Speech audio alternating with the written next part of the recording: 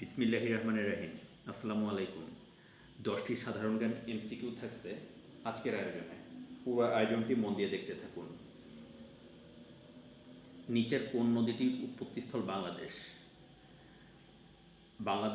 উৎপত্তিস্থল বাংলাদেশ এমন নদী হচ্ছে হালদা নদী।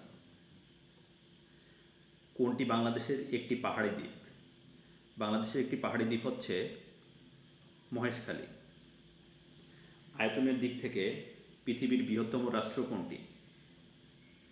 আয়তনের দিক থেকে পৃথিবীর বৃহত্তম রাষ্ট্র হচ্ছে রাশিয়া। অপশন ঘ সঠিক উত্তর। নিচের কোন নদীতে জোয়ার ভাটা হয় না? বাংলাদেশে একটা নদী আছে যে নদীতে জোয়ার ভাটা হয় না, এইটা হচ্ছে গোমতী নদী। গোমতী নদীতে জোয়ার ভাটা হয় না। গোমতী নদী হচ্ছে অনেক স্রোতস্বিনী একটা নদী, মনে রাখার চেষ্টা করবেন ইনফরমেশনগুলো। নিচের কোন জেলাটির সাথে মিয়ানমারের সীমান্ত আছে? কোন জেলার সাথে মিয়ানমারের সীমান্ত আছে? এরকম জেলা হচ্ছে বান্দরবান জেলা। বান্দরবান জেলার সাথে মিয়ানমারের সীমান্ত হচ্ছে। অপশন গ হচ্ছে সঠিক উত্তর। বাংলাদেশের জাতীয় সংসদে আসন সংখ্যা কতটি? বাংলাদেশের জাতীয় সংসদে 350টি আসন রয়েছে। 2011 সালের সার্ক শীর্ষ সম্মেলন কোন দেশে অনুষ্ঠিত হয়? 2011 সালের সার্ক শীর্ষ সম্মেলন মালদ্বীপে অনুষ্ঠিত হয়। বাংলাদেশকে স্বাধীন রাষ্ট্র হিসাবে স্বীকৃতি দান করে কোন দেশ?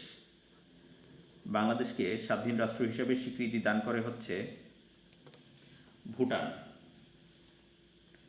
ভুটান বাংলাদেশকে স্বাধীন রাষ্ট্র হিসাবে স্বীকৃতি দান করে। বাংলাদেশে সর্বপ্রথম কবে আদমশুমারি অনুষ্ঠিত হয়? বাংলাদেশে সর্বপ্রথম আদমশুমারি অনুষ্ঠিত হয় হচ্ছে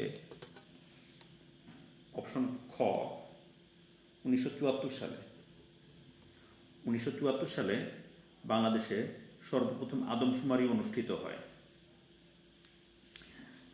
শেষ প্রশ্ন, নিচের কোনটি সার্কভুক্ত দেশ নয়?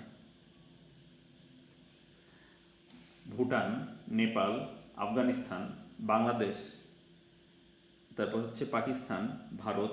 এগুলো সবই আমরা জানি যে এগুলো সবগুলোই